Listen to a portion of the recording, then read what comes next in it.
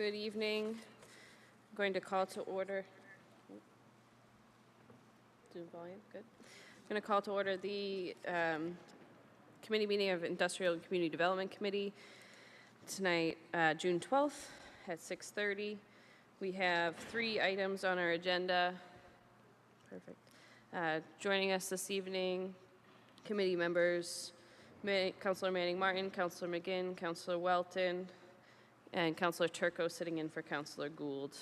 City Council President Daigle is also here. The first item on our agenda, if I could have a motion to receive late 1. Motion to receive. You heard the motion. All in favor, any opposed? It's a vote. Late 1 is a request to withdraw the zoning change for General Business 2. And we'll approve that in the regular meeting as well. The next item on our agenda is the proposed zoning amendment for the accessory dwelling units. Madam President? Yes. Can we just formally take that one out of committee since it's being withdrawn? Yes. Can you make the motion, Councilman McGinn? So moved. You heard the motion to withdraw the zoning change from committee. Any discussion? Seeing none, all in favor, any opposed? It's a vote.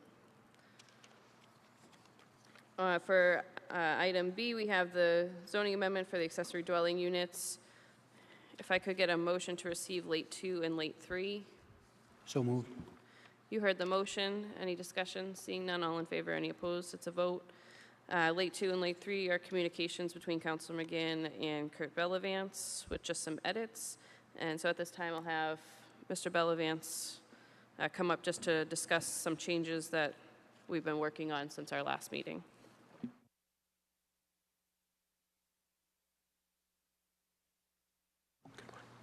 Good evening. Kurt Bellavance, Community Development Director.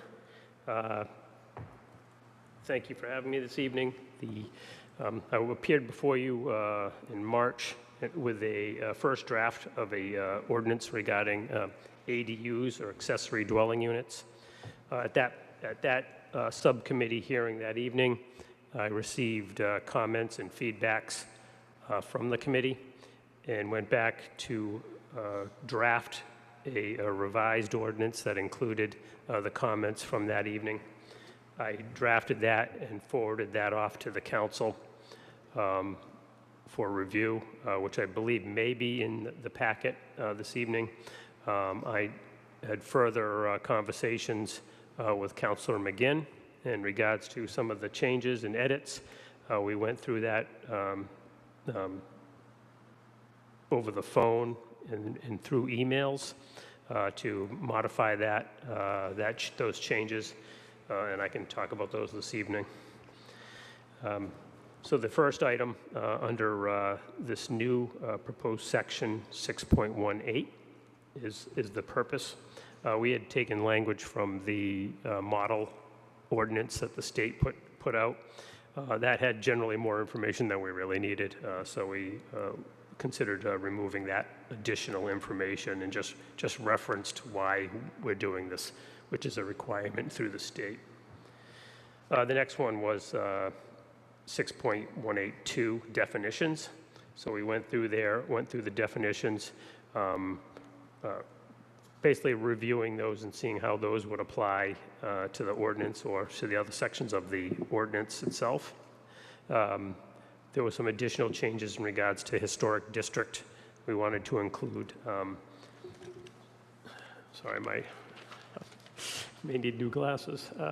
We want to include areas that included the National Register of Historic Places in that as well, so we modified that language.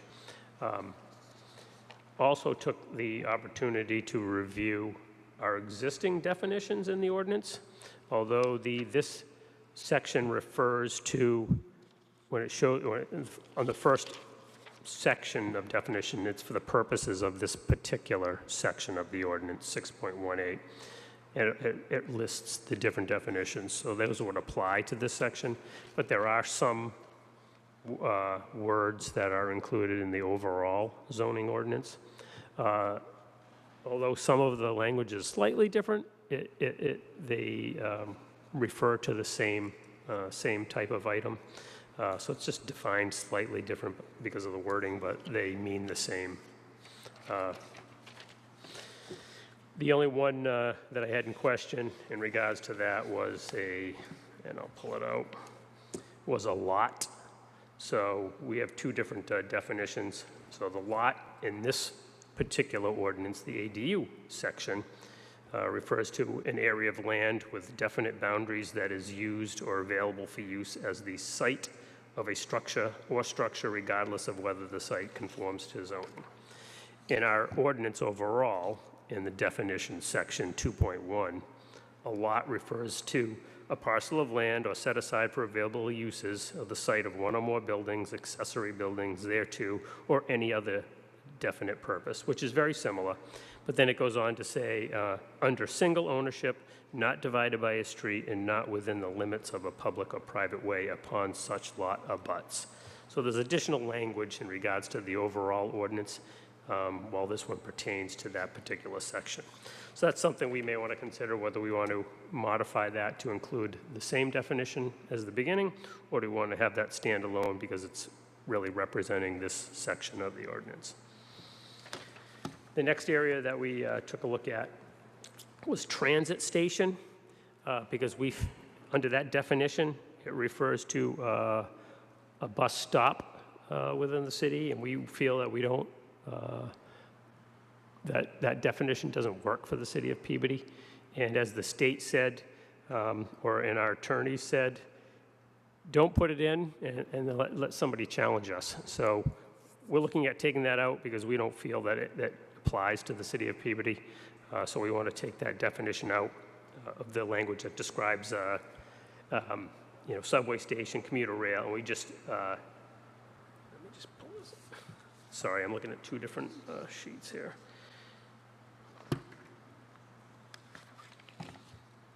And we just left the language that the term is not applicable to the city of Peabody. So, and then lastly, in that definition section, we added family accessory living area, FALA, so that people, because we referenced the FALA in in the ADU section, so we wanted to define that so people would know what we were referring to. So that was the definitions section. The changes that we added in regards to the next section, which is 6.183 regulations. We looked at dimensional standards, and what we wanted to do is refer to the dimensional controls in the ordinance, which is section 7.2. So we specifically called that section out so that this, their definition of dimensional standards would also apply throughout the ordinance and would refer back to our existing schedule of dimensional controls, which is section 7.2. So we wanted to add that language in there just so we were more specific in regards to that. There was on B, off-street parking, there was an error on my part by saying up to 2 additional off-street parkings, but that's not what was intended. It was intended just to say to require 1 additional off-street parking would be required in regards to an ADU.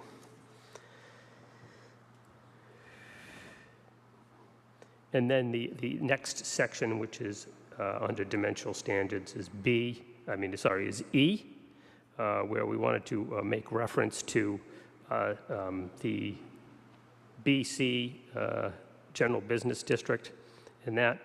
So we want to make sure that we referenced the particular zoning districts that have additional standards.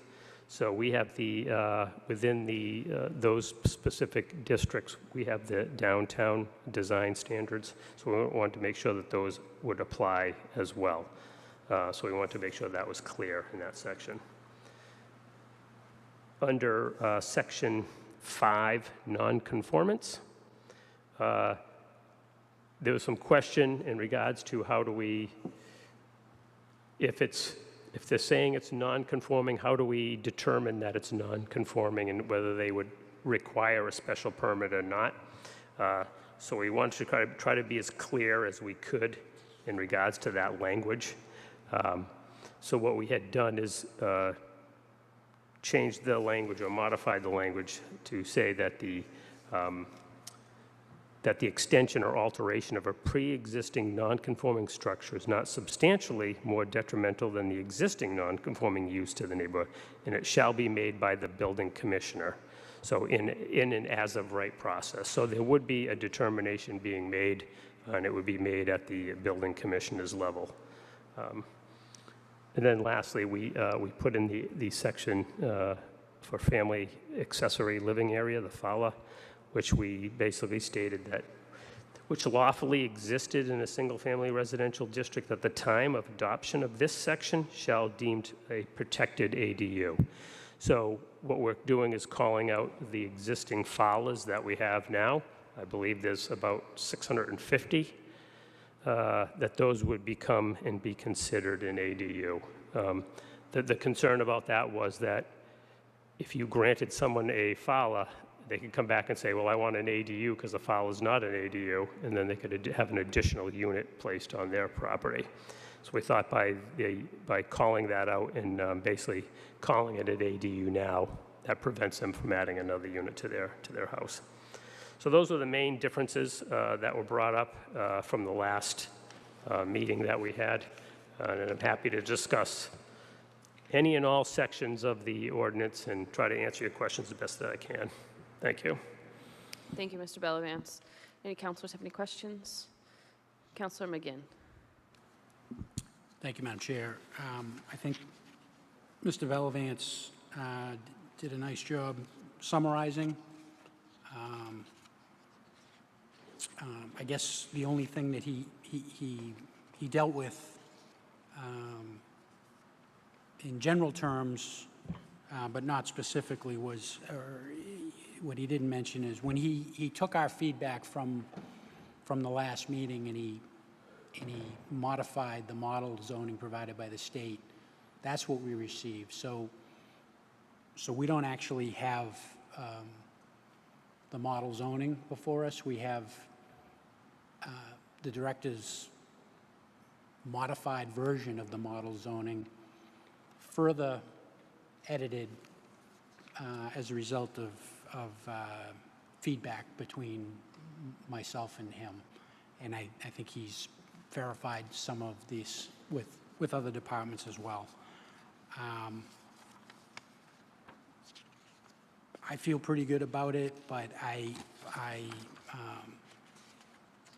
you know, there are a couple of things here that I think should be further verified. I think if you see on late 3, the statement that Mr. Bellavance said, I still want Don to review the non-conformance section. I think that's prudent. I think that's an area that could easily trip us up if that's not tight. So I agree with his recommendation there. Mr. Bellavance did take the opportunity. He mentions with respect to the defined term lot that there might be a conflict there between this section and the main zoning. I think it would be, again, wise to make sure we resolve that conflict so that we don't have any unintended consequences by allowing that to exist going forward.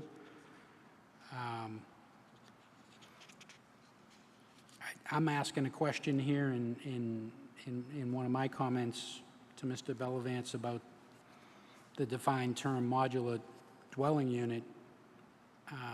It's a defined term, but it's not used anywhere.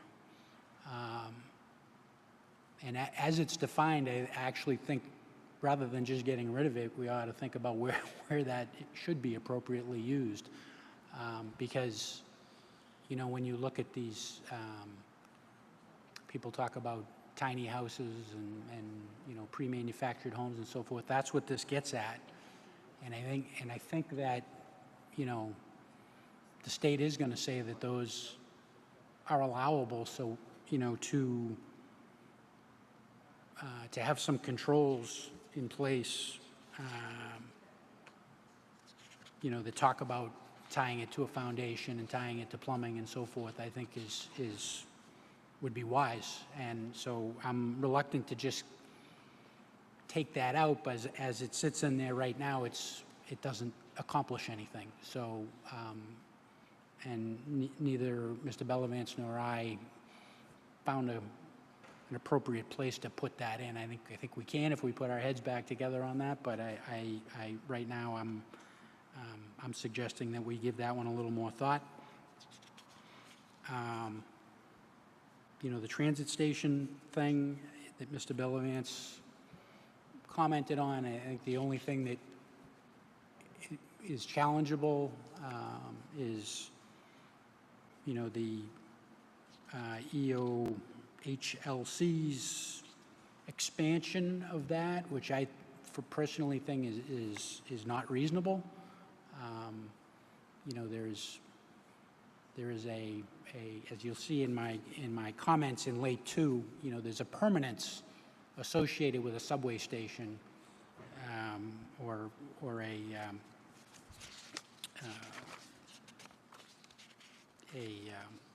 commuter rail station or a ferry terminal or a bus station. You know, there's infrastructure. That's not going to come and go overnight. However, if you stretch the definition of bus station to include essentially a bus stop, a point of embarkation, then, you know, we would be forced to approve something with no parking requirement because it's within a half mile of a bus station that the MBTA or another transit authority could decide that they're going to eliminate tomorrow. And that's just simply not reasonable. So, you know, I think we're probably on very solid ground to essentially take that out, which is what we've done in this draft. Mr. Bellavance seemed to agree with that, or did agree with that, I should say more clearly. But I just want the rest of the council here to understand what we're doing by doing so. I could see a few people maybe scratching their heads a little bit with respect to how we approach the topic of FALA in here. I think that it is the right thing to do to essentially eliminate FALAs at this point and convert them to protected use ADUs. If you look at the FALA language, which I've done, and I would encourage the rest of you to do, it is far more restrictive than this protected use ADU. They're smaller, maximum 700 square feet, where under this you could end up with a 900 square foot protected use ADU. They're limited to family members. They need to be discontinued after a family member no longer needs it.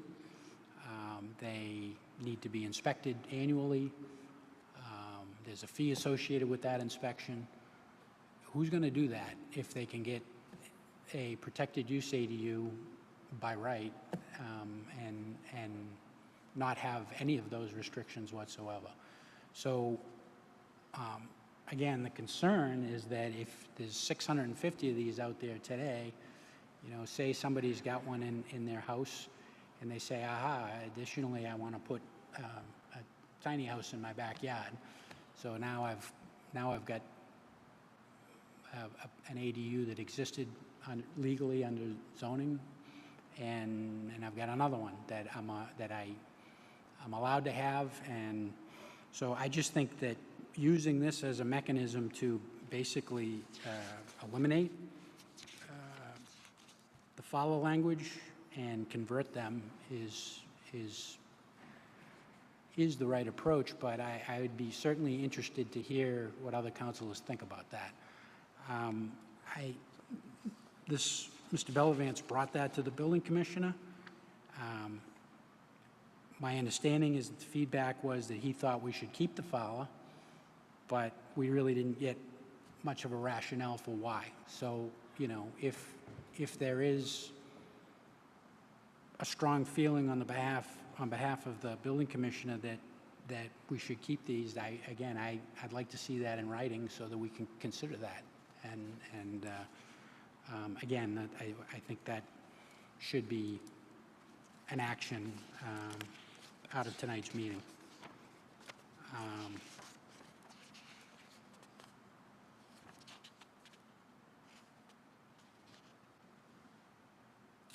So those are the big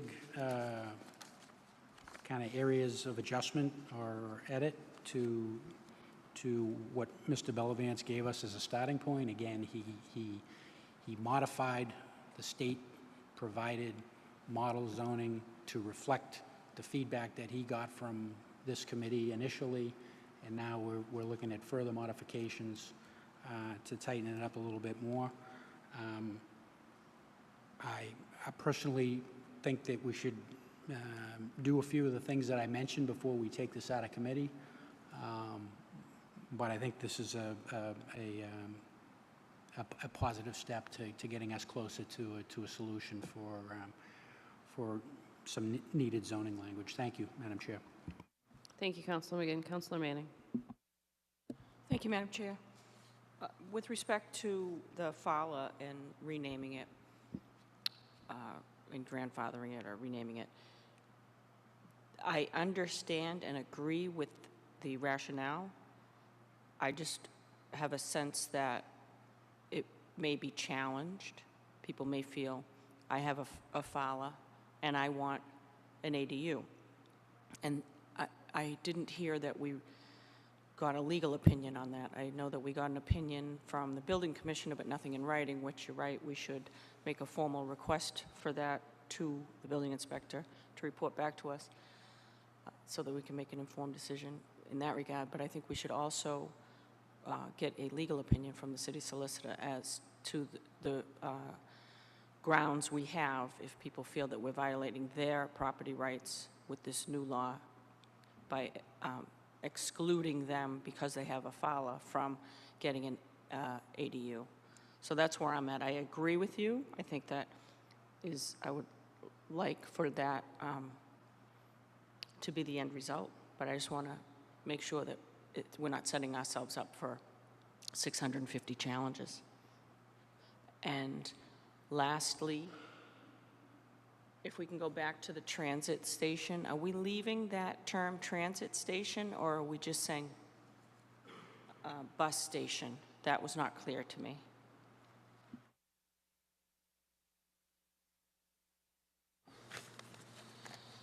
We had it originally defined as transit station, and it listed all of what the state was listing as a subway station and so forth. We left transit station as a word, and then we defined it, or just saying this term is not applicable to the city of Peabody. So we could either remove it altogether or leave that statement as we feel it's not applicable to the city of Peabody. Thank you. And you easily strike subway station, commuter rail station, ferry terminal, because we don't have those. I would just think you should strike transit station since we're saying we're defining as bus station. It just seems confusing to me to not strike it if we struck the others that we don't have, and we're just saying, well, we don't have a transit station either, but we're leaving it in there. So it seems misplaced there.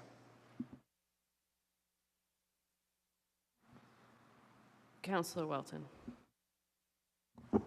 Thank you, Madam Chair. I was hopeful, Mr. Bellavance, if you could just help me understand, currently FALAs are within the footprint of an existing structure, right? We don't have any FALAs that stand on their own on a separate foundation within the property, correct? Correct, and part of that is they have to have a shared entrance, so it is part of the single-family dwelling. Okay, thank you. And then my second question is regarding the short-term rental aspect of the ADUs. They may not be operated as short-term rentals. I just kind of quickly went on Airbnb, and there's certainly properties within Peabody that can be rented, for the evening. I don't know. It sounds like a difficult thing for the building inspector to monitor. I don't know, just from an enforcement perspective, if you have any thoughts on that. I think clearly not including it in there is something that I'm in favor of, but I don't know how you enforce that, if you have any thoughts on that. Certainly, I can speak to the building commissioner in regards to that. His former position, he was in Salem, and they did have short-term rentals there. So it's something he's probably a lot more familiar with than I am. I can speak to him about that. Great, thanks. And then I guess just in that vein of rentals, it seems like, you know, the spirit of the ADU as it was presented to us was to allow for that college student who's trying to get on their feet and not move out just yet, or a aging parent who's going to move closer to their children. I believe, you know, there's no restriction that these can't be used much in the same way as a two-family for a rental opportunity for someone. That's correct, right? Correct. All right. That's it. Thank you. Councilor Turco. Thank you, Madam Chair. I'll stick on the subject of the FALAs. I mean, my main concern about eliminating the term FALA is eliminating the fee associated. You know, in a budget time like this, or in any budget time, I mean, I think they're $100 an inspection, which, 75. Well, at 100, it's $65,000 that the city loses. You know, so let's just say it's 50,000. You know, rough math. It's 50 grand is a lot of money to give up for something that really doesn't have too much of a detrimental effect on us to leave in. And I do understand your point where somebody can say, I want an additional one. And I'm hopeful, and it's more than probable, that the state will allow cities and towns at some point to charge a fee for these ADUs. But as of right now, I'm in no position to give up, you know, $45,000 or $50,000. And when we all talk about trying to come up with new revenues, why would we set ourselves backwards, you know, for, as far as revenues? We could always address it later, I guess, but I probably think that's in line with what the building commissioner is thinking, you know, as far as his departmental revenue sources. I think it covers one of his positions. I think Weights and Measures actually does those inspections, and pretty much most of his salary is covered by just these fees every year. On a different note, or same anyway, do we know how many are in the pipeline right now, Kurt? How many people have applied and then are waiting for us to finalize this zoning? At the last time I checked, there were less than a dozen. So, but that was at least a month or so ago. So. Okay. And as far as the wording itself, I was just looking at, there's no page number here, but 6.18.3 regulations, where section 2, where it says ADU construction shall comply with 310 CMR 15.000 and so on. Whereas we adopted the stretch codes last year, do we need to identify that these must be constructed under the stretch codes? Or is that automatic because we've adopted them with the building department already? Yeah, that would be automatically. They would review that with any building permit. Okay, and then just one last question.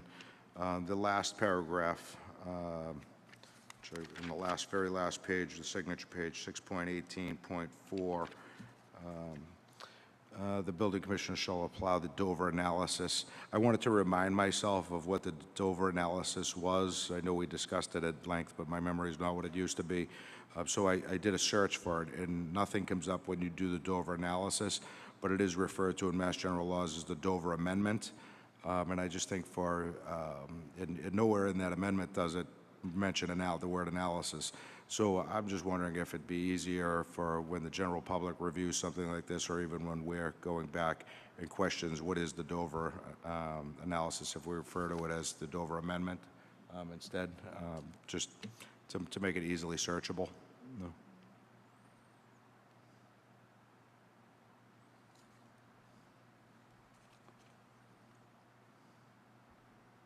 And other than that, Yes.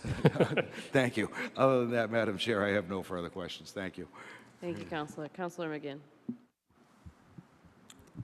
Thank you, Madam Chair. Through you to Councilor Turco. Councilor Turco. I just wanted to respond to a couple of points that you made. The last one about the Dover analysis, you may be right about that. I just wanted to point out that that's language that we did not change. That comes directly from the state, the way that's worded. So I'm happy to, there are other things that we found in here that are wrong that they provided. That may be another one to add to that list, but I just wanted you to know that was not one that we added. With respect to the FALA fees, I think you raise an interesting point about the revenue source, but the reality of the situation is, I think, quite a bit different from what we might want to do. We might want to pull out a calculator and multiply 75 by 650. But my understanding is that we're in like maybe the 40% range of FALAs that are actually getting annual inspections and that are actually complying with the regs. It's, you know, that's not a number that I heard directly from the building commissioner. I heard that indirectly. If Mr. Bellavance wants to lend credence to that or not, I'll leave that to his discretion. But I don't think we're making anywhere near what you think we're making on those inspections, and I think it's going to get even harder to request those inspections as this, you know, as more people have these as a by right situation. I think we're going to. So, as tempting as it is to say, yeah, let's protect the revenue source, I think in my opinion, I'd weigh the importance of just kind of having tighter, cleaner zoning, and essentially get rid of what is an obsolete, or what in my opinion is becoming an obsolete use on the zoning, on the file. I get rid of that, convert these things, and then manage them all in a consistent manner. But I am absolutely sensitive to the point raised by Councilor Manning Martin, and I agree we should get a legal opinion on that as well. You know, we don't want to kid ourselves into believing that we're accomplishing something and then find out that it's going to be very easily challenged and overturned. So you know, we don't need to make the final decision on this tonight, but I would like to pursue the opinion that Councilor Manning Martin suggested, and I would still be of the belief that getting rid of them is the better alternative. Understanding there's, like everything, there's going to be some downside to it, and in this case, we're going to potentially lose some small amount of, or some amount of local revenue.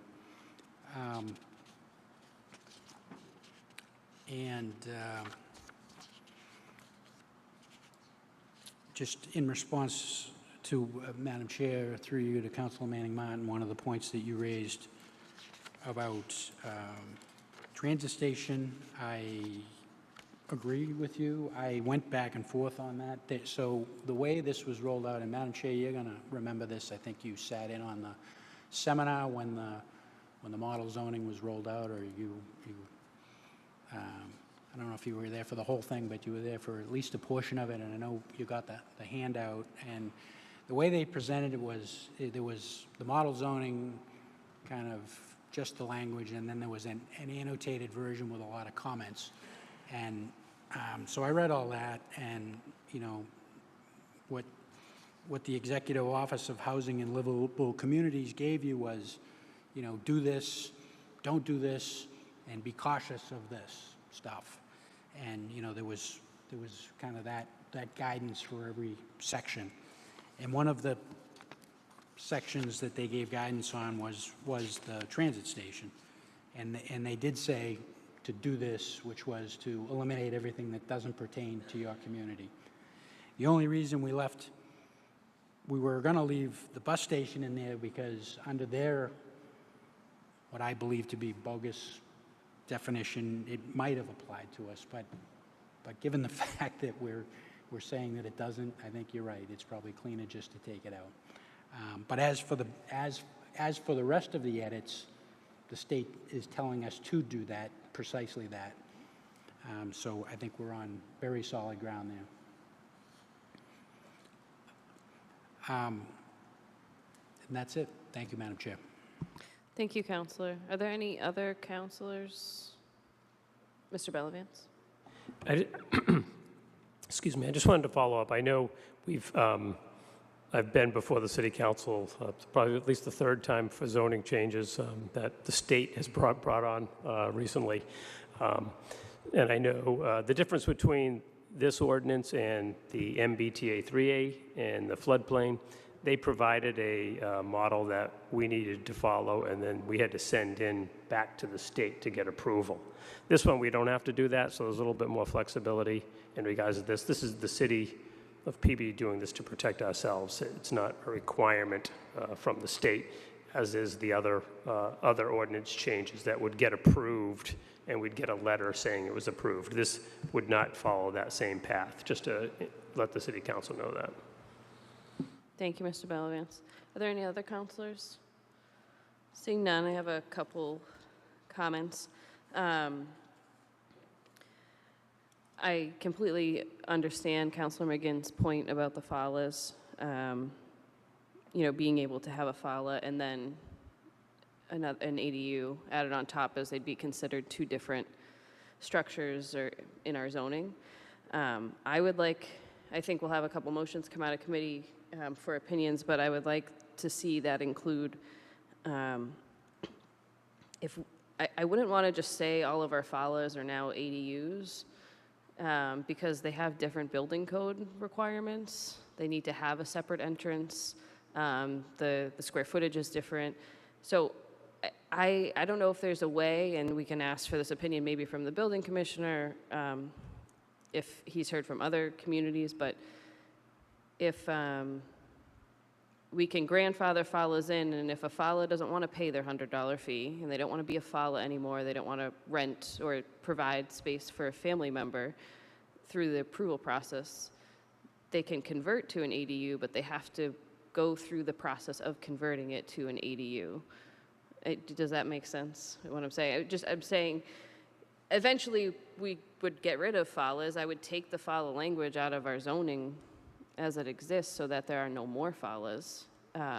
But for the existing FALAs that we do have, work them into becoming ADUs if they don't want to follow the regulations of a FALA. I think we're all, aware that not all 650 FALAs have grandma living in them. And if we can work towards getting those inspections done and kind of charge the building commissioner's office to go out and do those inspections and kind of really hone in on it after this language is passed, and say the ones that are not complying, they're not paying, give them the opportunity to convert to an ADU or remove it. And that would be my opinion of how to approach the FALAs, and eventually we would phase them out because they'd either convert on their own or just continue having, grandma live there. As far as the fees that we collect, we also know they're not all sending in their applications.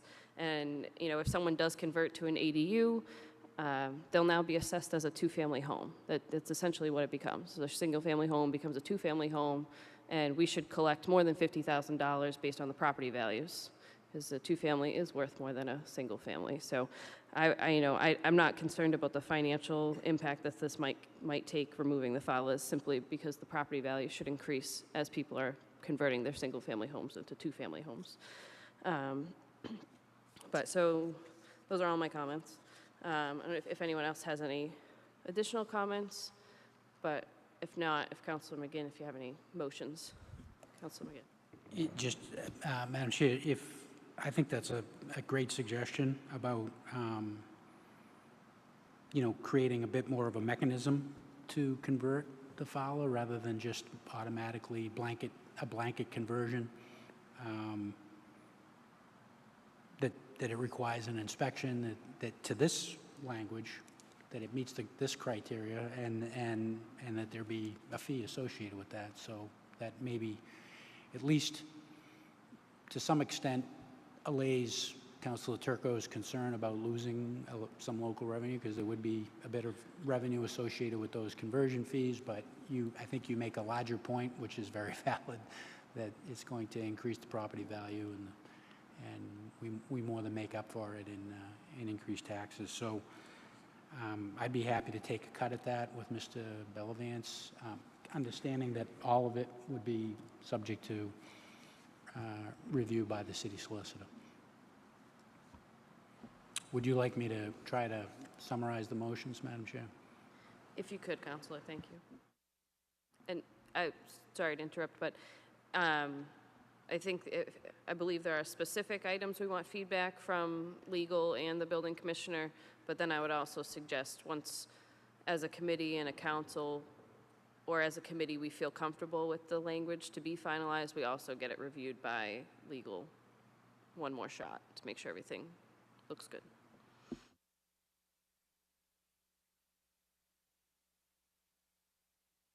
Well, that being the case, do we want to just,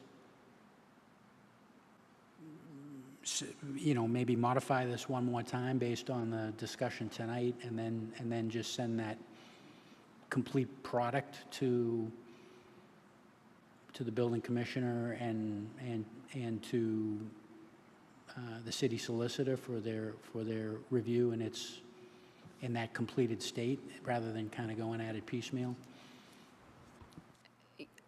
I don't know that we're at a point to have a completed state. I think the feedback on the file is pretty important. And I don't know whether the definition of lot really matters. They're two pretty similar definitions, but if we could get maybe an opinion on that, or just opt to use one or the other. They seem very similar to me. Okay, well, then I think you're right. So let's highlight the specific areas where we're looking for feedback. So we would move that the city solicitor and to the clerk, I may not get this in order, so we can try to clean up the motion a little bit, but it'll all be in here, I think. So we're moving to request a written opinion from the city solicitor and the building commissioner on section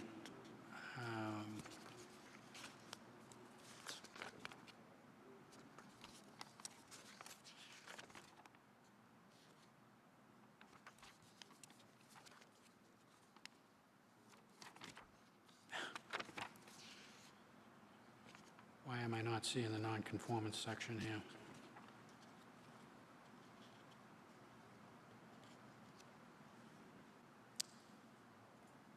On section 6.18.14, administration and enforcement.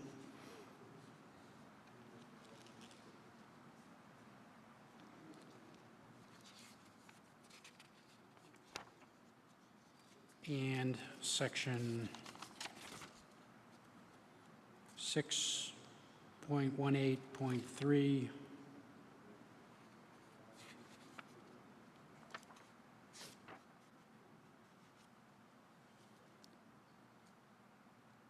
section 5, nonconformance.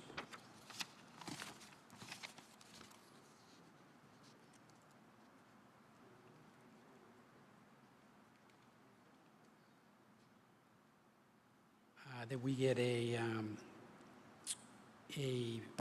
feedback from the Director of Community Development and the city solicitor with respect to the use of the term lot within zoning and the proposed definition in this proposed language.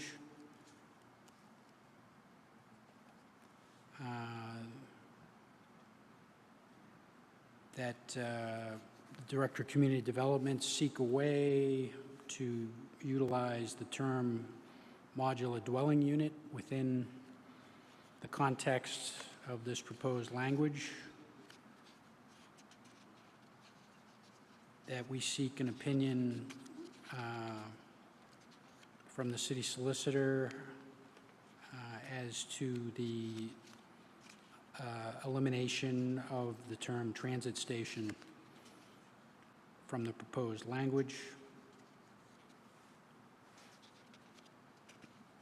and that we seek a written feedback from the building commissioner and the city solicitor about the proposed elimination of the FALA in this proposed language.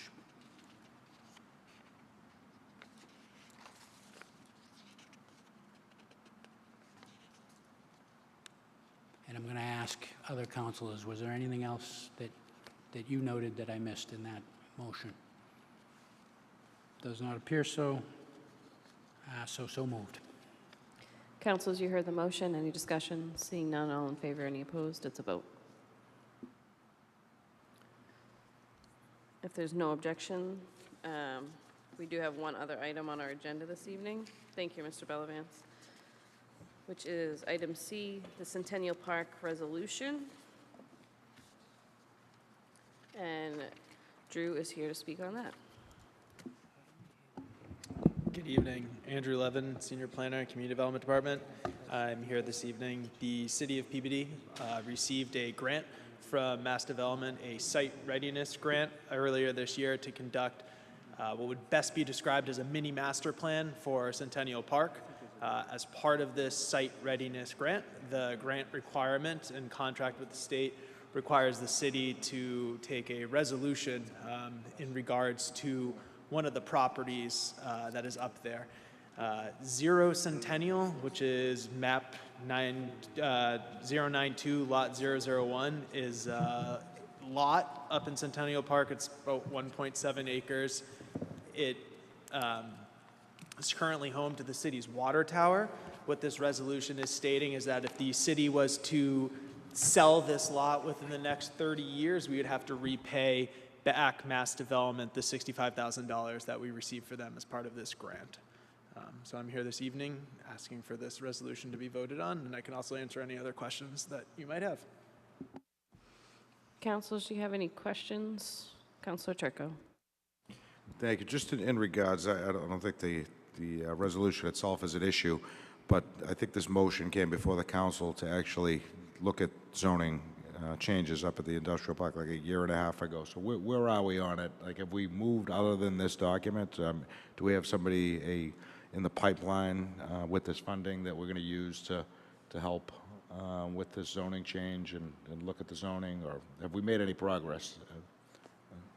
Yep, so we are, as part of the site readiness grant, Mass Development is partnering us with a economic development, real estate development, consultancy group, R&D consultants. So they are going to pay R&D consultants directly for us. And so while you mentioned zoning will be one piece of this. The idea behind this is that we'll start off with a current conditions assessment of Centennial Park, but it's going to be looking at things such as our current zoning, infrastructure, transportation access, egress, both, pedestrians and vehicles as well. From that, the idea is that we were going to develop a strategy-driven plan, and from that, we are going to also come up with potential build-out scenarios up there. So zoning will be a piece of it, but the idea behind it is that we want to conduct a plan that will ensure the success of Centennial Park into the near future and beyond, making sure that Centennial Park kind of meets the needs of what modern day business parks around the area are providing, whether that is a change in zoning or they identify maybe infrastructure upgrades that need to be taken up there to complete as well. So we will be working with R&D consultants. If this resolution is voted on and accepted, then we are prepared to execute the contract right away with the state and then get R&D consultants to get going right away. Thank you. Any other councilors? Seeing none, Drew, I think the only thing I need from you is the date that the grant So yeah, this is the weird, confusing thing about it. I talked with the grant project manager from Mass Development, and I asked him about that. And what he said is that that's actually left blank, and it's filled in once we sign the contract with the state. Okay. So, councilors, if I can get a motion, I just need the resolution read. It's in the packet. Councilor Turco?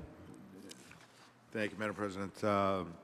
Motion to adopt a resolution in support of the site readiness grant, whereas the land located at Centennial Business Park, Peabody, Massachusetts, 01960, comprising approximately 459 acres and 58 parcels, as further defined in Exhibit C, the site has been deemed a site suitable for the site assessment program administered by the Massachusetts Development Finance Agency, Mass Development.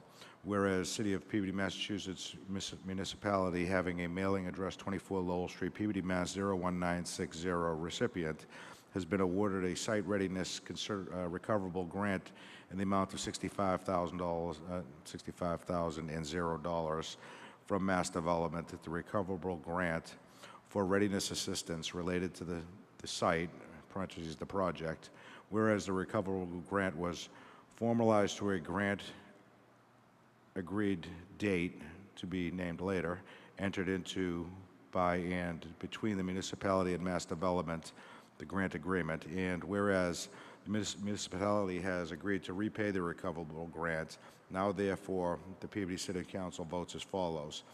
If the site or any portion thereof is sold, conveyed, gifted, demised, ground leased, or otherwise transferred or refinanced, and as a result of said transaction, the recipient receives funds that exceed the aggregate amount necessary for repayment of existing monetary liens, mortgage loans, and other debt on the project, and all of the costs incurred by them in the acquisition, development, ownership, and sale of the site or of the portion of the site transferred, parentheses, the net proceeds, then recipient shall reimburse Mass Development for full amount of net proceeds up to the amount of recoverable grant that has been dispersed and has not already been repaid to Mass Development, parentheses, the dispersed funds. So moved. Councilors, you heard the motion. Any discussion? Councilor Welton? Thank you, Madam Chair. Obviously, I'm going to support this, but I did want to just have a chance to mention that I think this is a very good move on our end. I think the future of Centennial Park is going to be instrumental in the future of the city of Peabody. I think we have more than enough trucking terminals that have come and gone through Centennial Park, and I'm looking forward to the research that goes into this to show us some more creative ways, some more lucrative ways that we can maximize an asset that we have. So some good work, Andrew, and absolutely look forward to supporting this. Thank you. Thank you, Councilor. Any other councilors? Seeing none, roll call. Councilors Turco, Yes. Manning Martin, Yes. Welton, Yes. McGinn, Yes. Peach. Yes. Motion carries 5-0. Thank you, Drew. With that, I'll entertain a motion to adjourn. So moved. We're adjourned.